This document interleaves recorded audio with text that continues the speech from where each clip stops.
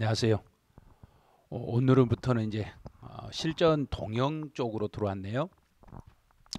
이제 전범위로 들어왔는데 이렇게 전범위 문제를 이심 문제를 풀다 보면 어떤 것은 좀 어려운 문제가 있을 거고 어떤 건 쉬운 문제도 있고 그럴 거예요. 그래서 이제 전범위 문제를 푸실 때는 전체 문제를 쭉 먼저 푸시고 그다음에 그 문제를 풀고 난 다음에 잘 이해가 안 된 부분이 있으면 이 안 된 걸 다시 요약서로 다시 보충을 하셔야 돼요. 그래서 문제 풀고 문제가 너무 어려워요 이런 말을 하지 마시고 문제가 어렵고 쉽고를 떠나서 지문을 내가 알 수 있는 거 없는가 이런 데 신경을 좀 써주시기 바라네요. 자, 1번부터 한번 가보죠. 1번 갑자기 숨이 확 막히죠. 어? 납세자의 재산을 강제로 매각했을 때 국세 우선 징수권에 관한 설명으로 옳은 것으로 모두 묶인 걸 찾아라 그랬어요. 첫 번째 1번은 체납 처분비하고 국세를 비교하면 체납 처분비 1번, 국세가 2번이니까 체납 처분비는 국세 우선한다. 그럼 기억은 맞았어요. 그러면 돼요. 이제 국가 조세 채권은 공과금. 그럼 이제 조세하고 공과금하고 비교했을 때는 세금이 1번이고 공과금이 2번이에요. 그래서 1번이 2번에 우선한다 그랬으니까 니은도 맞았어요. 이제 세 번째는 국가의 조세 채권은 담보 물건이 설정돼 있지 아니한 민사 채권보다 그 민사 채권 발생 시기에 관계없이 우선한다. 그래서 조세 채권하고 민사 채권이 나오면 조세 채권 1번, 민사 채권 2번 이렇게 돼요. 이것도 맞았네요. 근데 니을번에 이제 국가의 결정에 하여 납세무가 확정되는 조세 채권의 납세 고지서가 저당권 설정되어 있는 민사채권의 설정 등기일보다 먼저 발송이 됐을 때는 그럼 먼저 발송이 됐으니까 발송일이 먼저란 이야기예요. 채권보다 발송을 먼저 했으니까 조세 채권이 민사 채권보다 우선합니다. 이제 세금을 고지서를 먼저 보내버렸으니까 먼저 보낸 게 우선입니다. 그래서 기역, 니은, 디귿, 니을 전부 다 올바르네요. 옳은 것으로 모두 묶인 것 찾아라. 그래서 5번이 답이에요. 아니 1번부터 실전 동영인데 이렇게 어렵게 내버리면 어떻게 해요? 그래요.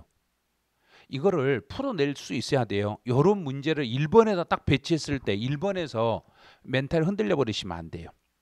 1번 문제가 어렵다. 그래 1번 통과시켜버리라는 이야기예요. 통과시키고 이제 2번을 가봐요.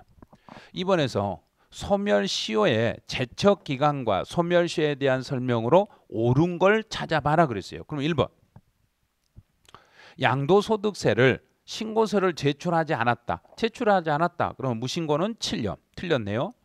상속이나 증여를 원인으로 했을 때 10년. 또 틀렸죠. 국세를 목적하네. 그럼 징수권에 소멸시효가 완성이 된다 그랬는데 15년 동안 행사하지 아니하면 그랬어요. 15년이 아니죠. 15년 동안 행사하지 않으면 이게 아니라 금액에 따라서 5년 또는 10년 동안 행사하지 않으면 소멸시효가 되래요. 금액이 5억 미만이면 5년, 5억이 넘으면 10년. 네, 징수권의 소멸시효는 납세 고지, 독촉, 최고, 교부청구, 압류에 의해서 중단됩니다. 그럼 4번 이게 맞았네요. 중단 사유니까. 네, 제척 기간에는 중단과 정지가 존재하지 않지만 소멸시효에는 중단과 정지가 존재합니다. 그래서 4번이 답이네요. 그다음 이제 문제 3번. 취득세, 과세에 대한 설명으로 옳지 않는 걸 찾아봐라 그랬어요. 그럼 1번. 대한민국 정부기관의 취득에 대해서 취득세를 부과하지 아니야. 우리 정부에게 세금을 부과하지 않았으니까 우리도 그 정부에게는 부과하지 않습니다. 또 기부채납인데 사용권을 제공을 받았다. 그래서 무상으로 뭔가를 받았을 때는 취득세를 부과하는 거. 그다음 3번은 조합원용으로 부동산을 취득했을 때는 주택조합이 취득한 것으로 본다. 조합이가 아니라 조합원이 취득한 것으로 본다 그러면 되겠죠. 그래서 3번이 틀렸어요. 이제 4번은 1년을 초과하는 임시사용 1년을 초과하는 임시사용 건축물에 대해서는 취득세를 부과한다. 1년이 넘었으니까 부과한다. 1년이 넘지 않았을 때는 부과하지 않는다. 건축물에 정원을 설치했을 때는 건축물을 취득한 그 사람이 납세의무를 지는 거예요. 됐잖아요. 그렇게 어렵지 않잖아요. 이런 것들은. 풀다 보면 요거 풀만하네. 이제 그다음 이제 4번.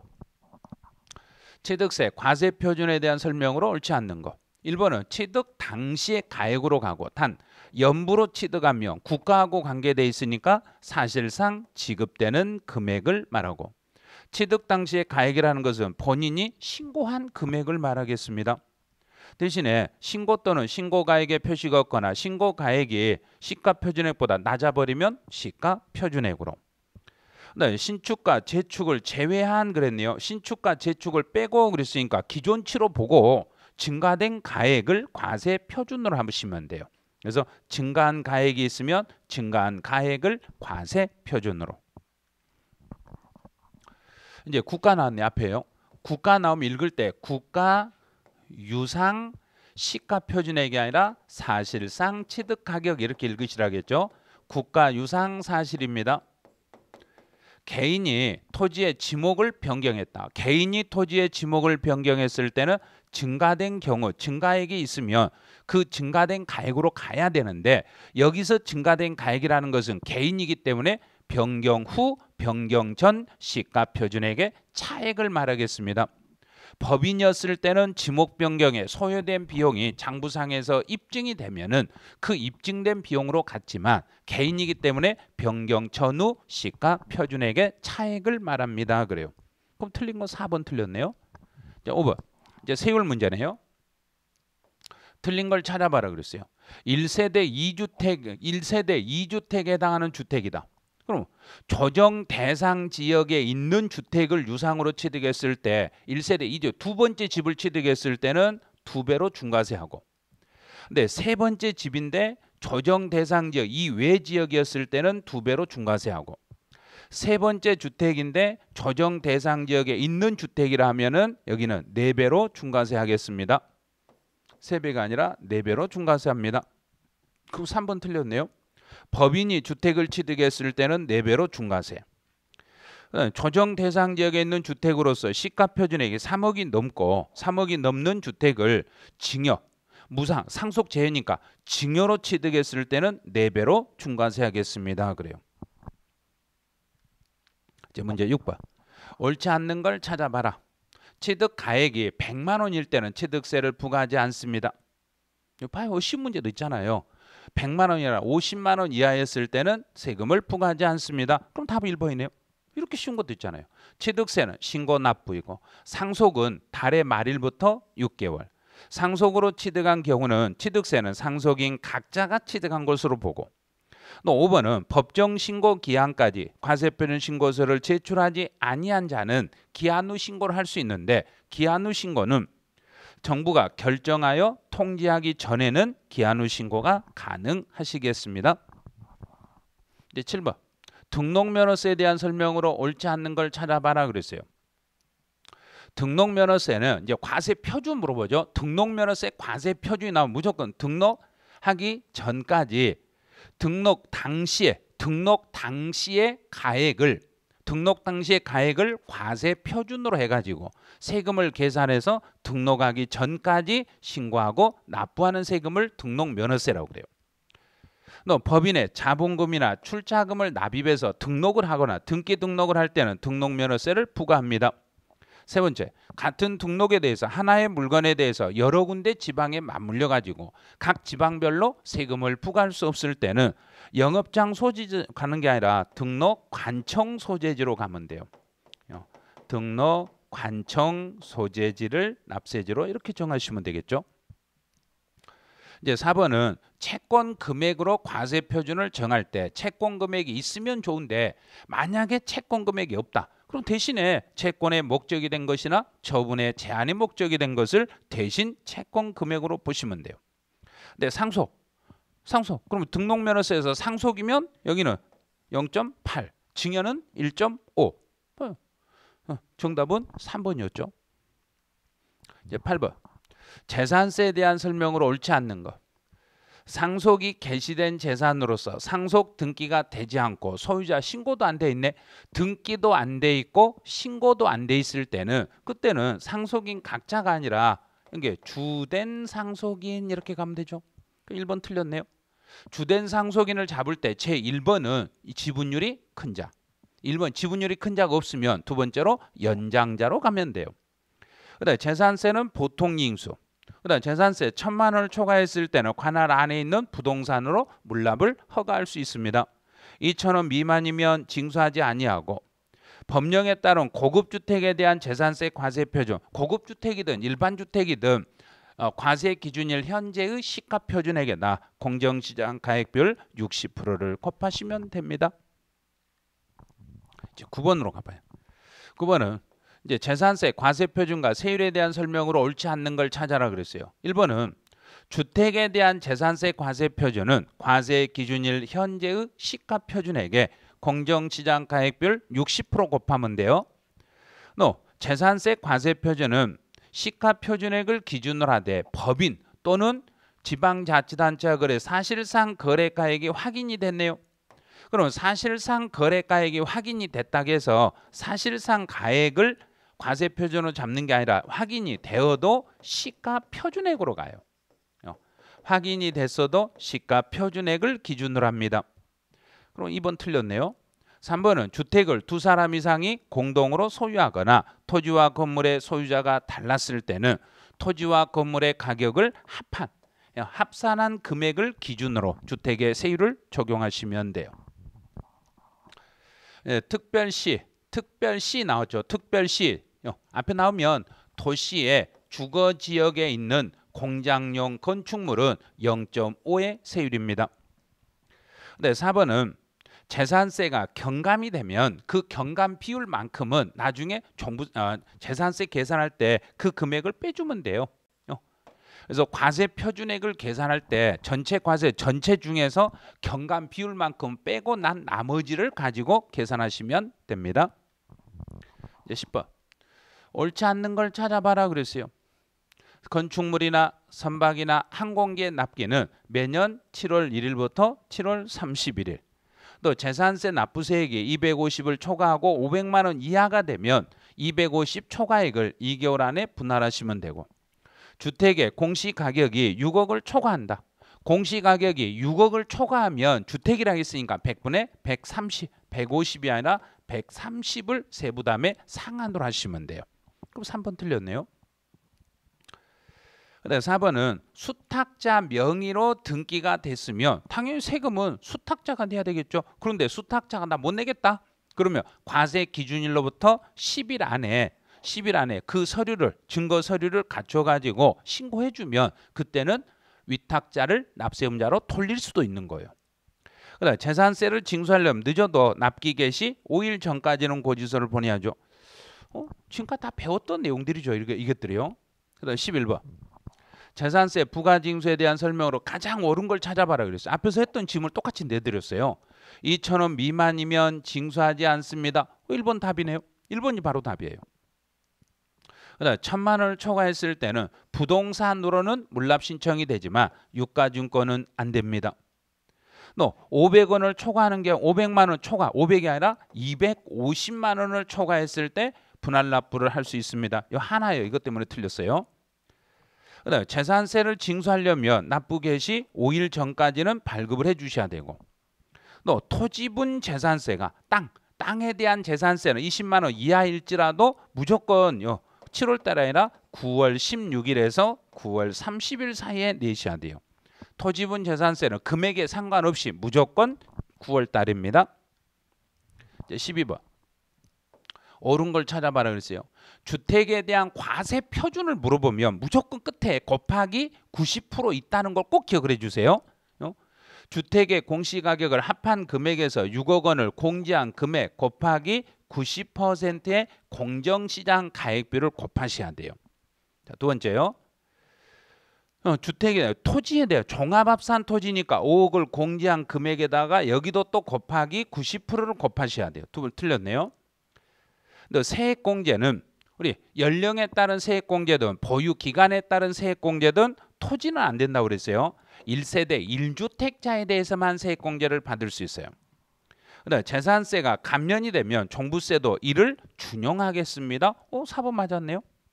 종합부동산세 과세 대상인 주택의 범위는 재산세 과세 대상인 주택의 범위하고는 동일합니다. 틀렸네요. 재산세하고 종부세가 다른 점은 종합부동산세에서 주택 중에 별장은 제외됩니다. 이 별장이 제외되기 때문에 별장을 뺀 나머지를 가지고 판단해 주시면 돼요. 그래서 옳은 걸 찾아라 그랬으니까 12번은 4번 이게 정답이에요. 자, 13번. 거주자 주택 임대소득의 과세에 대한 설명으로 옳지 않는 걸 찾아라. 자, 1번. 주거용 건물 임대에서 발생한 총 수익금의 합계가 2천만 원 이하인 경우는 세액의 특례가 적용이 됩니다. 이 말은 2천만 원 이하가 됐을 때는 종합 과세로 가든지 아니면 분리 과세로 가든지 둘 중에 하나 선택할 수 있습니다. 종합과세든 분리과세든 둘 중에 하나를 선택할 수 있으니까 특례가 적용이 되는 거예요. 그다음 두 번째는 일개의 주택을 소유하는 자가 집 하나를 가진 사람이 월 임대료를 받았을 때는 비과세지만 기준시가가 9억을 초과하는 주택이나 국외 소재 주택에 대해서는 과세하겠습니다. 이제 3번은 보증금을 받았을 때는 3주택이 넘고 3억 원을 초과하면 이 경우도 총 수익금액에 산입한다. 이건 무슨 소리냐면 3주택이고 3억을 초과했으며 간주 임대료를 계산해서 그 간주 임대료를 월 임대료로 보고 세금을 계산해 주시면 돼요. 이제 임차 또는 전세받은 주택을 전대하거나 전전세하는 경우는 임차인의 주택수에 들어갈 수 있어요. 그다음 동그라미 5번은 2천만 원 이하에 대해서는 분리과세를 선택할 수 있는데 필요 경비를 60% 인정했네. 필요 경비 60%면 추가로 400만 원을 더 빼주죠. 200만 원을 빼주는 게 아니라 200이 아니라 400만 원을 추가로 공제해 드리겠습니다. 60%는 400, 50%는 200. 그럼 정답은 5번. 이제 14번. 납세 의무에 관한 설명으로 옳지 않는 걸 찾아라. 이제 납세 사망한 경우에는 상속인이 대신 내는데 사망자의 소득과 상속인의 소득을 구분하여 세액을 계산하시면 돼요. 또 거주자가 국내 주소에 국외 이전으로 출국하는 경우는 우리나라를 떠났을 때는 출국하는 날에 다음 날에 비거주자가 돼요. 출국한 날까지는 거주자예요. 특수 관계인에게 자산을 증여한 후에 그 자산을 증여받은 자가 5년 안에 다시 타인에게 양도하면서 증여자가 그 자산을 직접 양도한 것으로 본다. 이 경우는 부정한 행위가 있었다 이 뜻이에요. 부정한 행위가 존재하니까 증여자와 증여받은 자는 연대 납세 의무가 있습니다. 그래서 증여받은 사람은 증여자와 연대하여 납부할 의무가 있습니다. 그래요. 그래서 연대 납세 의무라는 게 있습니다. 그럼 3번은 틀렸네요. 그다음 4번은 신탁 재산에 귀속되는 소득은 수익자가 정해진 경우에는 수익자에게, 수익자가 정해지지 않았을 때는 위탁자 또는 상속인에게. 근데 공동 소유가 나오면 각 거주자가 납세 의무를 부담합니다. 이렇게. 자, 15번. 양도소득세 과세 대상에 대한 설명으로 틀린 걸 찾아라 그랬어요. 무상으로 이전하는 것은 양도 아니죠. 양도라는 것은 내가 물건을 넘겨주고 대가를 받아야 양도라는 거예요. 자, 두 번째로 지상권 양도소득세 대상이다. 그다음에 토지 건물과 함께 영업권은 양도 대상이다. 이제 주식은 그냥 주식 나무 그냥 무시해버리고 넘어가세요. 등기되지 않는 부동산 임차권은 양도소득 과세. 보니까 단 국내 자산이라겠네요. 우리나라 자산이었을 때는 등기되지 않는 부동산 임차권은 양도 대상 자체가 아닙니다. 그래서 5번이 답이 되는 거죠. 이제 문제 16번. 양도 및 취득 시기로 틀린 걸 찾아라. 1번. 무효 판결을 받았을 때는 처음으로 돌아갔으니까 당초 취득일. 네, 점유라는 말이 나오면 등길이 아니라 점유 개실. 2번 틀렸네요. 건축 허가를 안 받았으니까 사실상 사용일. 근데 수용이라는 게 나오면 하나, 둘, 세 개가 나오는데 수용 개시를 넣어가지고 그 중에 빠른 날. 환지 처분으로 취득 아무 말이 없죠. 환지 처분으로 지목과 지번이 변경된 걸로 봐서 환지 전 토지 취득일로 가겠습니다. 그래요. 17번 계산 문제네요. 양도 차익을 계산해봐라 그랬고 1세대 1주택 비과세 요건을 충족을 했어요. 그럼 양도 가액은 10억이네요. 이 중에 취득 가액은 6억이에요. 이제 필요 경비를 쭉 한번 해줘. 소송 비용은 2천만 원이고 자본적 1,000만 원 이 모두 다 인정을 했네요. 그러면 취득과 관련한 소송 비용 2천만 원, 자본주 지축 1천만 원, 그러니까 3천만 원 나왔네요. 그래서 10억에서 6억을 빼면 4억, 4억에서 3억을 빼니까 3천을 빼니까 3억 7천, 3억 7천이 이렇게 나와요. 그럼 3억 7천이 전부 과세가 되는 게 아니라 1세대 1주택 비과세 요건을 충족했어요. 그랬으니까 이 금액에다가 전체 양도가액이 10억, 그 양도가액 10억 중에서 9억까지는 비과세입니다. 그럼 10분의 1이네요. 10분의 1이니까 3,700이 나오겠죠. 그래서 정답은 1번. 1번이 답이네요. 이제 18번. 옳은 걸 찾아봐라 그랬어요. 실질 거래가액에 따른 양도 차익 산정과 관련하여 토지 건물을 함께 취득하거나 양도한 경우로서 구분 기장한 가액이 안 분한 가액과 30% 이상 차이가 났을 때는 토지 건물 등의 가액이 불분명한 때로 보겠습니다. 1번이 답이에요. 이거 동형 2주차에서도 계속 강조했던 문제예요. 1번이 답이에요. 두 번째는 환지 처분으로 지목이나 지번이 변경되는 건 양도 아닙니다. 보류주로 충당하는 것도 양도라고 말할 수 없습니다. 주택이란 공부상 용도가 아니라 사실상 용도에 따르시면 돼요. 이제 대주주 이렇게 나오는데 대주주에 해당되지 않는 자 이렇게 주식 나오면 그냥 무시해버리세요. 이런 것들은 이거 뭐냐면 주식은 양도소득에 포함되나 비과세 소득으로 열거되어 있어 과세되지 않아 이게 아니라 비과세 소득으로 열거된 게 아니에요. 주식은 상장 주식은 법에 증권거래세라는 세금을 부과하기 때문에 양도소득세를 안 내는 거지 실제로 비과세로 열거돼 가지고 안 내는 거 그런 규정이 아니에요. 양도가액을 실지 양도가액이나 매매사례가액이나 감정가액 요 셋 중에 하나로 하면 취득가액도 원칙은 실질거래가액으로 가요. 근데 실질거래가액 확인이 안 되면 매매사례가액이 1번, 감정가액이 2번, 환산취득가액이 3번, 기준시가 4번 이렇게 순서를 잡아가시면 되겠죠. 이제 19번. 옳은 걸 찾아라 그랬어요. 1번은 미등기 자산에 대해서도 비과세 적용할 수 있다. 미등기면 비과세 받을 수 없어요. 비과세나 감면을 배제하고. 두 번째는 환지 처분 공고 전에 양도한 토지는 등기를 하고 싶어도 등기가 불가능한 거예요. 등기를 하고 싶어도 등기가 불가능하니까 미등기 자산에 해당하지 않습니다. 그렇죠. 맞았네요. 2번이. 그래서 이거는 미등기를 등기로 인정하는 등기 의제 규정이기 때문에 미등기일지라도 등기로 인정하겠습니다.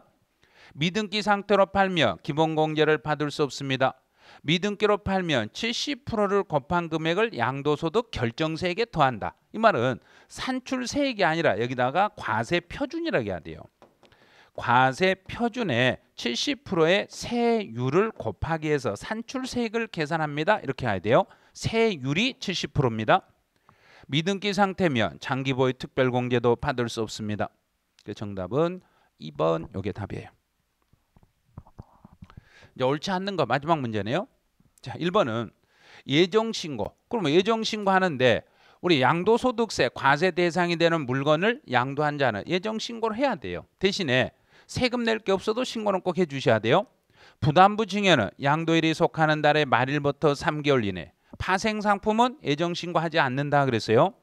또 양도소득세로 납부할 세금이 1,000만 원을 초과해도 물납은 신청할 수가 없습니다.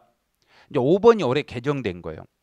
건물을 신축이나 증축을 해서 신축한 날로부터 5년 안에 그 건물을 양도하면서 매매 사례가액을 적용했을 때는 그 매매 사례가액의 5%가 아니라 감정가액 또는 환산취득가격을 적용할 때 그 감정가액이나 환산취득가격의 5%의 가산세를 불리겠습니다.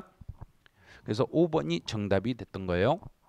이제 이 신문제 이렇게 풀어보니까 이게 실제 시험처럼 이렇게 나오면 1번에서 확 막혔을 거예요. 그래서 여러분들이 이제 문제를 지금까지 이렇게 다 보셨잖아요. 다 보시고 봐요. 이렇게 이제 크게 돋보기로 보여드리잖아요. 시험 문제 답안을 이렇게 여러분들이 크게 볼 수 있도록 노력을 좀 해주셔야 돼요.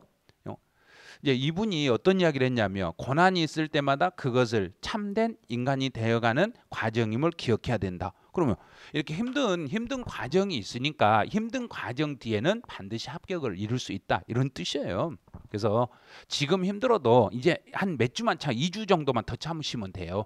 2주 정도만 참고 꾸준하게 좀 해주시면 여러분들에게 아마 좋은 결과가 올 수 있으니까 이제 마지막 이제 2번 정도 더 남았으니까요. 이 2번 정도만 잘 이겨내시고 시험 볼 때까지 화이팅 하시기 바라네요. 네, 오늘 해설은 여기서 마치죠.